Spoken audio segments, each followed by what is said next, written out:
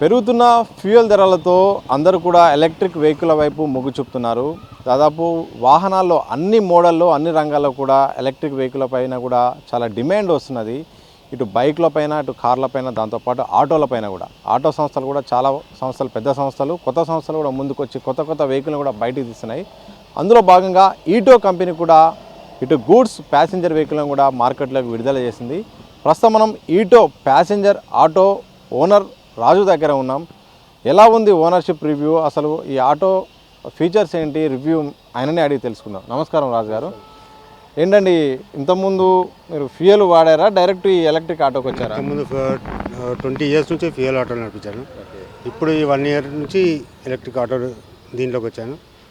ఆ ఆటోకి ఈ ఆటోకి చాలా డిఫరెంట్ చాలా ఉన్నది. అయితే ప్రధానంగా ఆ ఆటోని నడిపి ఎలక్ట్రిక్ ఆటోని తీసుకోవడానికి బలమైన కారణం ఏంటి? బలమైన కారణం అంటే ఆ ఆటో మెయింటెనెన్స్ చేయడం చాలా కష్టం. ఈ ఆటోకు మెయింటెనెన్స్ ఏమీ లేదు. అందులో ఫ్యూయల్ పోసి చేసిన దానికంటే ఒక 75% ఇలా మెయింటెనెన్స్ తక్కువ అయిపోతుంది, ఛార్జెస్ తక్కువ పడుతుంది, ఇన్కమ్ కూడా ఎక్కువ చేసుకోవచ్చు దీంట్లో. దానివల్ల ఈ ఆటోకి ప్రిఫరెన్స్ ఇచ్చేది. ఫస్ట్ మెయింటెనెన్స్ అని అంటున్నా, అంటే మెయింటెనెన్స్ అంటే సర్వీస్ గురించి, సర్వీస్ ఉంటుంది అని ఉంటుంది, అన్ని రకాలుగా ఉంటాయి. అయితే దాంతో పోల్చుకుంటే దీంట్లో ఏం తగ్గినాయి మెయింటెనెన్స్? అసలు దీని మెయింటెనెన్స్ ఏంటంటే దీంట్లో జీరో మెయింటెనెన్స్ ఉంటుంది. ఆ ఆటోకి ఇప్పుడు ఈ ఆటోకి ఇంజన్ అనేది అవన్నీ వెహికల్స్ ఉంటుంది, ఓన్లీ బ్యాటరీ వల్ల నడిపించుకోవచ్చు. ఒక మోటార్ వస్తుంది, ఇంజన్ వస్తుంది, ఇంజన్ ఉంటుంది, మోటార్, బ్యాటరీ, గేర్ బాక్స్ వచ్చేస్తుంది. దాంట్లో ఇంజన్, గేర్ బాక్స్ అన్నీ వస్తుంది కాబట్టి దానివల్ల దానికి మెయింటెనెన్స్ ఎక్కువ ఉంటుంది. దీంట్లో మెయింటెనెన్స్ ఏం లేదు. గ్రీసింగ్ చేయడం అవన్నీ ఏం, ఇంజన్ ఆయిల్ పోయడం అవన్నీ ఏం లేదు. ఇక దాంట్లో ఇంజన్ ఆయిల్ పోయాలి, అన్ని ఆయిల్ సపరేట్. దీంట్లో ఏమి ఉండదు కాబట్టి దీంట్లో మెయింటెనెన్స్ తక్కువ ఉంటుంది. ఎలక్ట్రిక్ వెహికల్ అన్న, ఎలక్ట్రిక్ ఆటో అన్న మెయిన్గా చూసేది మైలేజ్ గురించి, బ్యాటరీ బ్యాకప్ గురించి. ఎంత మైలేజ్ ఇస్తుందండి సార్? అది ఆ ఆటోస్ ఒక లీటర్కి 20 కిలోమీటర్స్, 18 కిలోమీటర్స్, 20 కిలోమీటర్స్ దాకా వస్తుంది. ఈ ఆటో బట్టి ఒకసారి ఫుల్ ఛార్జ్ చేస్తే, యాక్చువల్లీ కంపెనీ చెప్పింది 120, ట్రాఫిక్ బట్టి ఒక 100 కిలోమీటర్స్ దాకా అయితే ఈజీ వస్తున్నది. 100 కిలోమీటర్ ట్రాఫిక్ ఎక్కువ, అక్కడ ఎట్లా ట్రాఫిక్ బట్టి 100 కిలోమీటర్స్ అయితే వస్తున్నది. అయితే బ్యాటరీ బ్యాకప్ ఎలా ఇచ్చారు, అలాగే ఎన్ని గంటలు ఛార్జ్ చేయాలి? దాదాపు ఛార్జింగ్ విషయంలో కూడా చాలా టైం పడుతుంది అంటున్నారు. మరి ఈ ఆటోకు ఎంత టైం పడుతుంది? మీరు ఒకసారి చెక్ చేసుకుంటే కరెంటు బిల్లు కూడా ఎంత పడుతుంది? సార్ ఆటో ఛార్జింగ్ కావడానికి 3 అవర్స్ పడుతుంది. ఇంకా ముందు ఫ్యూచర్లో ఏంటంటే నీకు సాఫ్ట్వేర్ చేంజ్ అయిన కొద్ది 1 అవర్ లోపల ఛార్జింగ్ అయ్యే ఛాన్సెస్ ఉన్నాయి. బ్యాటరీ బ్యాకప్ అయితే 3 ఇయర్స్ గ్యారంటీ ఇచ్చారు కంపెనీది. ఫ్యూచర్లో ఇక దాన్ని బట్టి మనకు సేఫ్ ఉన్నది. అయితే కరెంటు బిల్ విషయంలో ప్రధానంగా కరెంటు బిల్ కోసం బిల్ అయితే తక్కువ పడుతుంది, ఎక్కువ మైలేజ్ వస్తుందని వెహికల్ తీసుకుంటారు. మీరు గమనించిన దాంట్లో ఎంత బిల్లు పడేది, ఎంత వస్తుంది? ఇప్పుడు యూజ్ చేసే దాన్ని బట్టి 3 అవర్స్ ఛార్జింగ్ అవుతుంది.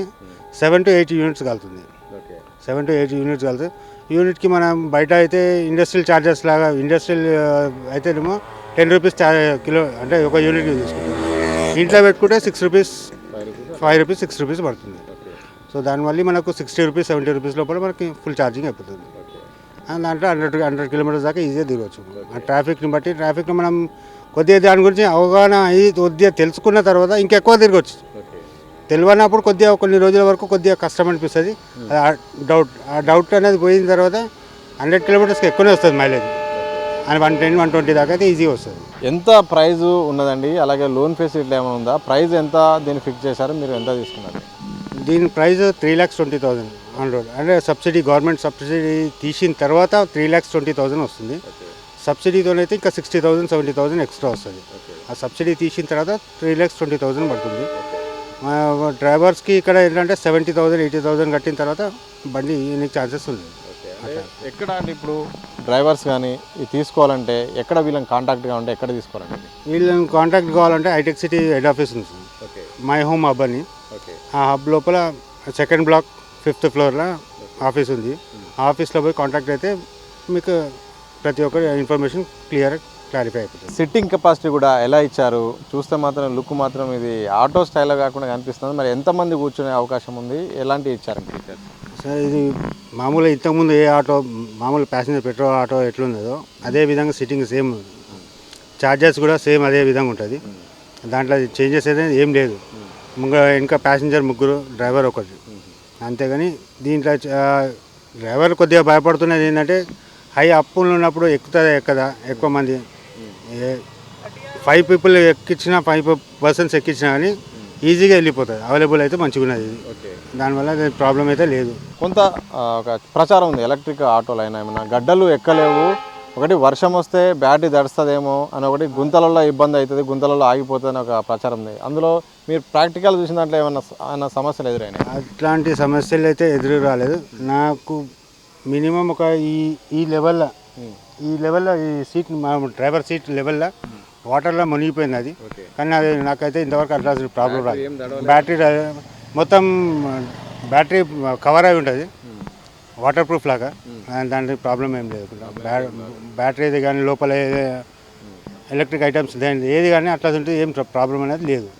మొత్తం సీల్ అయ్యి ప్యాక్ అయి ఉంటుంది. దానివల్ల దాంతో ఏం ప్రాబ్లం లేకుండా ఉంది. ప్రధానంగా పికప్ ఎలా ఉంది, దాంతోపాటు స్పీడ్ కూడా ఎంతవరకు మెయింటైన్ చేసే అవకాశం ఉందండి? స్పీడ్ యాక్చువల్లీ దీని స్పీడ్ 60 ఉంది, కానీ గవర్నమెంట్ రూల్స్ ప్రకారం, కంపెనీ ఇచ్చిన రూల్స్ ప్రకారం అయితే 45కి లాక్, 45 స్పీడ్ వెళ్ళిపోతుంది.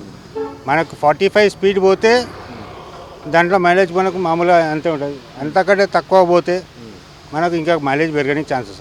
సేమ్ అదే ఏ ఆటో అయినా, పెట్రోల్ ఆటో అయినా స్పీడ్ పోతే మైలేజ్ తగ్గిపోతుంది. ఇది కూడా అంతే. స్పీడ్ ఎంత స్పీడ్ పోవాలనుకుంటామో, ఎంత స్పీడ్ ఎక్సలరేట్ ఇచ్చి ఎంత స్పీడ్ పోవాలనుకుంటామో అంత కరెంటు గుంజడం స్టార్ట్ అవుతుంది. నార్మల్గా అదే స్పీడ్, అదే పికప్ అనేది స్లోగా వెళ్తుంటుంది కాబట్టి నీకు మైలేజ్ అనేది కవర్ అయిపోతుంది. ప్రధానంగా మైలేజ్ 100 కిలోమీటర్లు అంటారు. ఆటో ఫీల్డ్ అయితే చాలా హైదరాబాద్లో చాలా 200-300 తిరిగితే కానీ గిరాకీ రాదు, కరాబర్ కాదంటారు కదా. దాని పరంగా ఏమన్నా ఇష్యూస్ ఏమన్నా అనిపిస్తున్నాయి? అంటే ప్రస్తుతానికి ఇప్పుడు కంపెనీ ఇచ్చేది ఛార్జెస్, దాన్ని బ్యాటరీ మన దగ్గర లేవు, బయట నుంచి తెస్తున్నారు కాబట్టి మనకు బ్యాటరీ రేట్ కాస్ట్లీ పడుతుంది కాబట్టి మనకు 100 కిలోమీటర్స్ చేసి ఇస్తున్నారు. ముందు ఫ్యూచర్లో ఏంటంటే బ్యాటరీస్ మన దగ్గర ఇండియాలో ఇక్కడ తయారయ్యే ఛాన్సెస్ ఉన్నాయి కాబట్టి మనకు దాంట్లో రేంజ్ పెంచుకొని 200 కిలోమీటర్స్ పైన పెంచుకొని ఛాన్సెస్ ఉన్నాయి.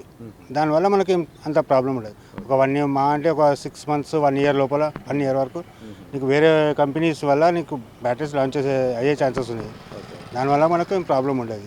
ఇప్పటివరకు అన్ని ప్లస్ల వరకు చెప్పారు, కానీ మీరు ఫ్యూయల్ ఆటో వాడారు, ఇప్పుడు ఎలక్ట్రిక్ ఆటో వాడుతున్నారు కదా. దాంతో దీన్ని పోల్చుకున్న దీన్ని తోలే క్రమంలో రియల్ టైంలో అరే ఈ ఆటోలో ఇవి మిస్ అయినా, ఇది ఉంటే బాగుండు, ఇది ఇంకా కాస్త అప్డేట్ చేస్తే బాగుండు అనిపించిన ఇష్యూస్ ఏమున్నాయండి?